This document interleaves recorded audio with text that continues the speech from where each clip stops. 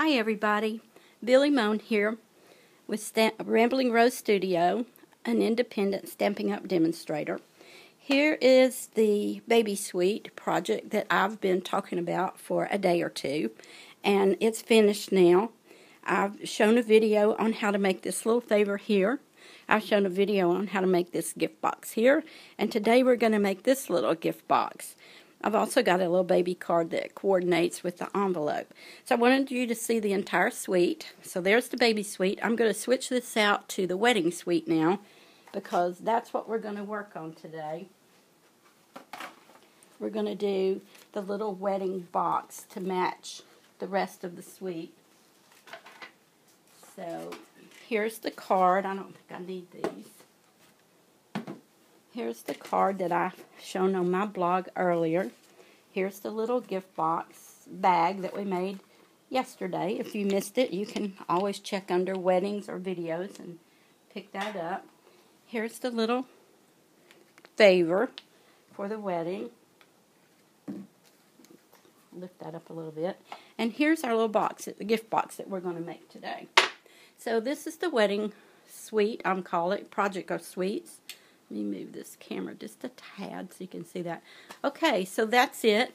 I probably will be doing a video on this one just to, to finish up the suite so that you know how to make all of those things the way I did it. And then, of course, you can do it your way. So let's move all of these little projects here out of our way. And keep this one here because this is what we're going to make. So we're going to start out with the scoreboard and half of a sheet of DSP that's, and all the dimensions and directions are going to be on my blog, so you don't have to worry about it. I grabbed a bone folder because I don't see my stylus anywhere, so it'll work in a pinch. So on the long side of this box, you're going to score at 1.5. 5 1/4, 6 3/4, and 10 1/2. Then you're going to turn it, and on the short side, you want to score it at 1.5, and let's see, 1.5 and 4.5. Couldn't read my notes there for a second. Okay, so now you know in a pinch you can use your bone folder for a stylus. Okay, so here's our scored sheet. Can you see the score lines? We need to cut all of these little tabs for our box. So I'm going to cut those, and like I've shown you before, I cut my tabs with just a little bit of an angle to them, just like that. It helps. They just seem to go in the box better. Without bunching up on you at the corners if you don't have all of that in there. So just go down one side and get all your tabs cut.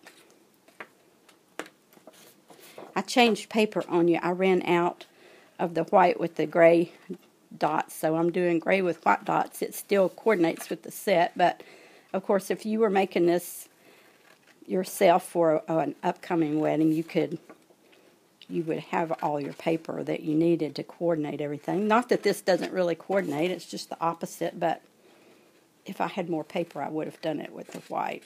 So I'm just cutting up to the first long score line. So there's all my tabs cut, just like that. So let's get rid of the scoreboard. And we're going to fold on all of our score lines.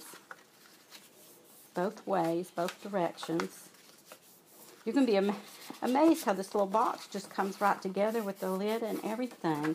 And then this way you want these scored.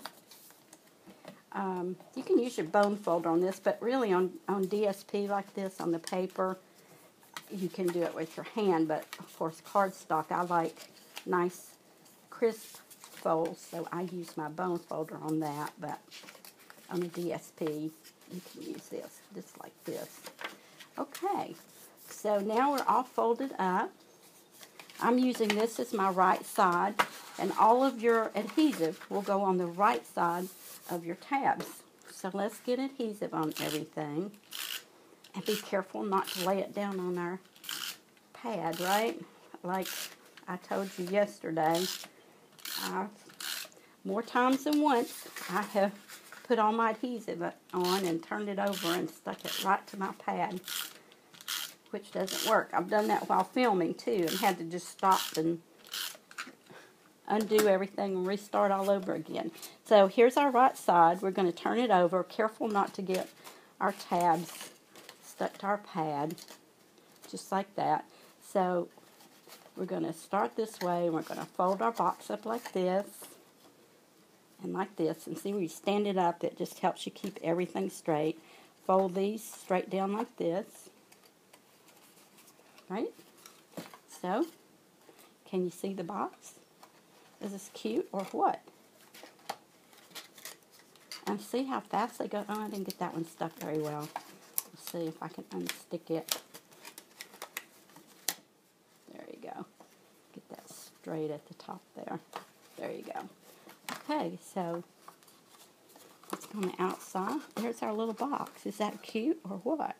So, of course, you would fill it up. I like to put like a natural grass inside of mine, and then my big fat check knot.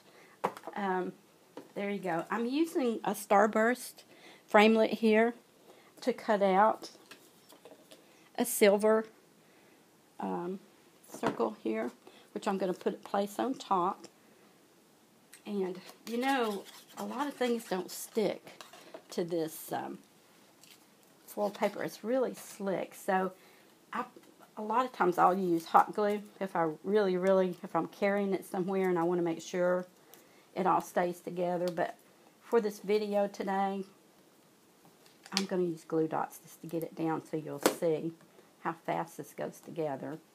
And of course, this was run through the Big Shot. So there's our circle.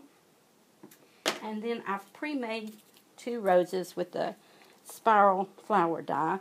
I have a video on making beautiful flowers, all kinds of flowers with the spiral die. If you want to check out my videos to do that, I didn't want to take the time today to show that, but you can definitely check out that video. That spiral flower die is just the best. I mean, it makes beautiful flowers. You can make them two-tone. Now this I would put on, if I was carrying this somewhere, I would put this on with hot glue. I'm a big believer in hot glue if I want things to stay together. But today I'm just going to stick it down with 2 glue dots, just like that. So there's that. And then I'm going to take this organza, 5/8 inch white organza. And I've got a video on this too, making beautiful bows, about wrapping your fingers. But in any event, here you go. I'm going to wrap my 4 fingers 3 times. And cut the ribbon. And let me get my linen thread here. I showed you this earlier this week, my linen thread holder. Alright, so I've got this wrapped 3 times.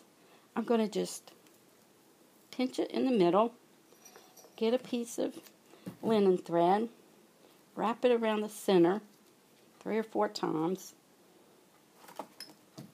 tie it in a knot really tight with this linen thread.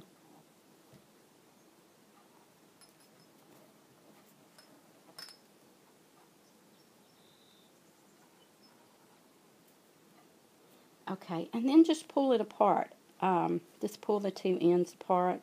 You should have at least 3 on each end, 3 or 4, depending on how many times you wrapped it around. And it makes a really pretty bow fast. I'm a little bit bow tying challenged, so I like to make my bows this way.